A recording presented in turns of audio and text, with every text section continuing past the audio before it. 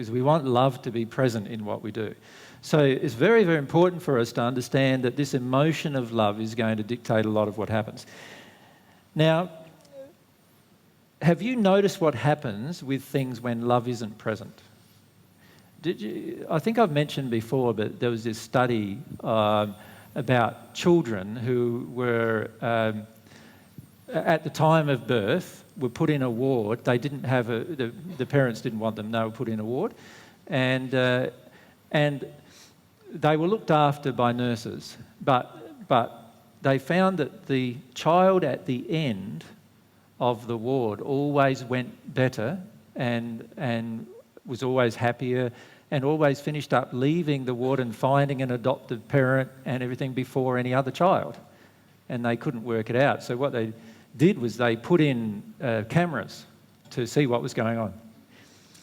And what happened was that the cleaning lady used to clean the entire ward, and then she used to go to the child by, where she'd left the end, where she left her mop and bucket and everything right at the end. She used to walk across to the child that was in the end crib and pick it up and nurse it and for 5 or 10 minutes every day. So what do we learn from that? That anything that is loved flourishes. Anything that is not loved will eventually die. And anything that is not loved obviously will not flourish. This is important to understand. The other thing we have to understand is that the key, if we're going to do this, the key is going to be bringing more love into the system. Now, there's practical ways we can do that, but there's also emotional ways we can do that. All right? And what we'd like to talk about is some of the emotional ways we can do that. Now, if our love is present, what will happen? Well, everything around us will automatically flourish. If our love is not present, then things get out of harmony, out of balance. So the first thing to do, so what do? Let's say the average person buys a house, right? So here we go, here's our house. Little box on the hillside there. And it's in a yard usually. So there we have the yard. There's even a slight try at three-dimensional there. And there we have the house in the yard, and it's all barren and bare. Most of us, when we see that, will possibly not even buy the house. Because if the next door neighbour's house, same price, house is similar, but they have a pretty yard and everything done, we're much more attracted to that one, aren't we? In fact, when I was developing, they used to encourage us to look for the houses that nobody else wanted. And to look for and to find the houses that were identical to pretty much any other house, but where the yard was terrible. Because it showed how unloved it was. And you know what? Most of us walk along that street and we go, yeah, that's loved, that's unloved, and I'm automatically attracted to the thing that's loved, and I'm willing to pay, if this were for sale at the same price, which one would you buy most of the time? If you were looking for a home, wouldn't you buy that one? Right? And this is an indication of how much of a lack of love we have. Can you see that?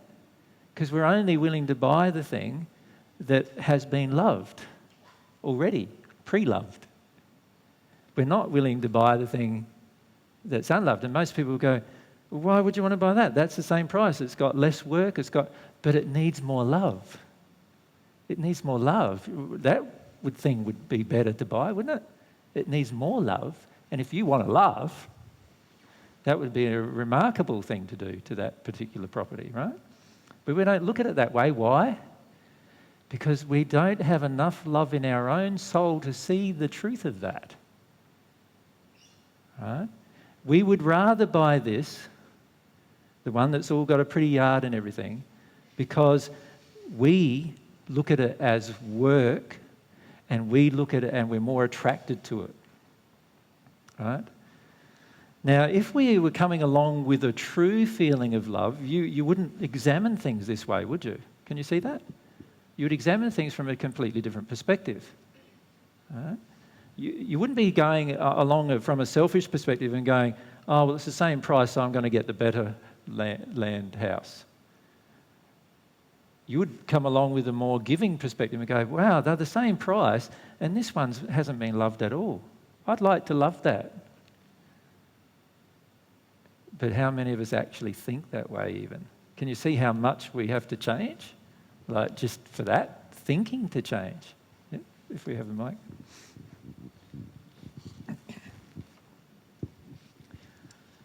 AJ, it was my understanding that if we're buying property, though, we should be buying something that we feel passionate about. So if we're not passionate about the barren one... Why would you be passionate about that and not that?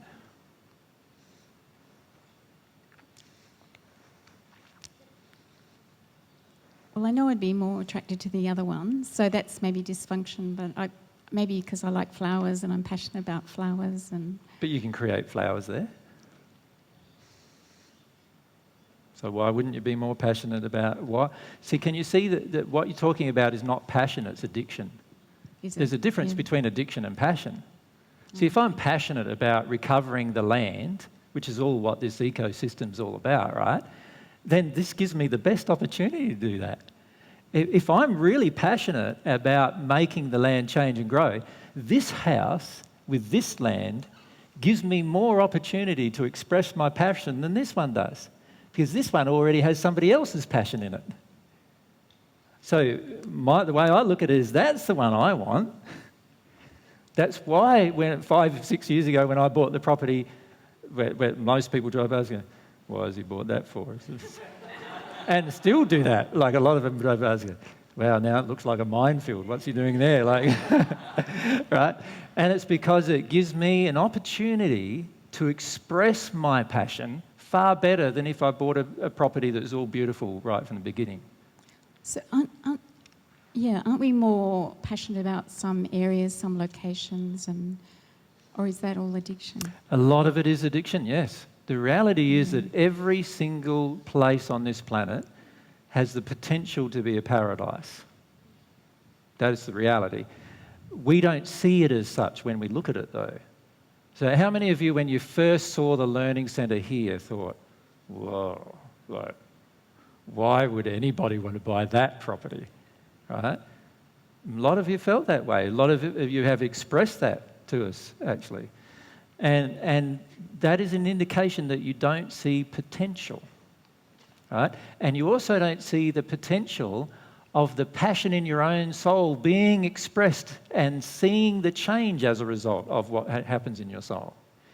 What we often are attracted to is better than our own condition as well. So for many of us, if we passed into the spirit world, we wouldn't have our nice backyard. We'd have a bit of a messy backyard that's smelly and full of vermin and everything, based on our condition, right? But we're not willing to face that. So on earth, what we do is we create a nice backyard in our own backyard, not realising what we're doing, and unfortunately do not see the soul and its creation as a result. I am far more attracted to this than I am to that. This gives me the ability to express my passions and to actually grow them and to learn a lot in the process. This somebody else has already been passionate about and created a lot of things, and I'm just benefiting from their passion. Now that to me is to do with lack and a lack of abundance and other issues, I feel, if I'm attracted to that rather than that. I'm not saying that all of us don't have a natural affinity to beautiful things, because we have been created mathematically with a natural affinity to beautiful things. But many of us have this emotion within us of we are tired of work. Right? How many of you feel you are tired of work? Is that all? I thought it would be everyone. Because a lot of us have that emotion in us that we are tired of work. Like, Work gives you great opportunity to express your soul if you do it in your passions. And we need to understand that. But can you see that for most of us, even that simple choice of that over that, we want to justify without looking at the underlying emotions driving such a choice. Right? And these are things we're going to have to change. Now, sometimes I see a very bad piece of land, what everyone views as a very bad piece of land. Nobody wants it. It's been for sale for 3 years. And I say to Mary, gee, I wish I had some funds to buy that. You know, that would be such a great opportunity to show what is possible. You know? And at the moment, there's some people that have been talking to us from the States who are wanting to buy some desert land in the States, which of course is quite cheap because nobody wants it, right?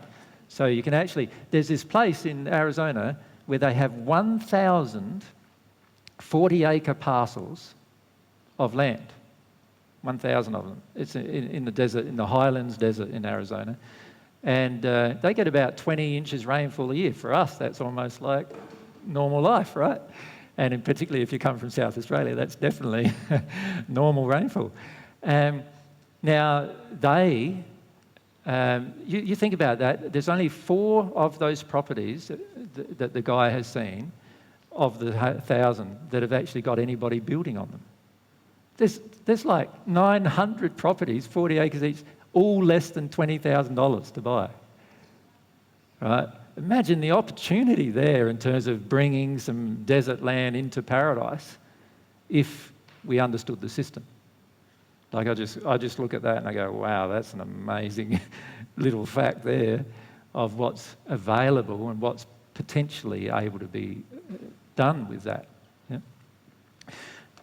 This is what love will drive you to see. Love will drive you to see potential and possibility where nobody else can see it.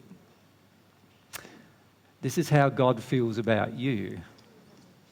God sees potential and possibility even when you yourself can't even see it.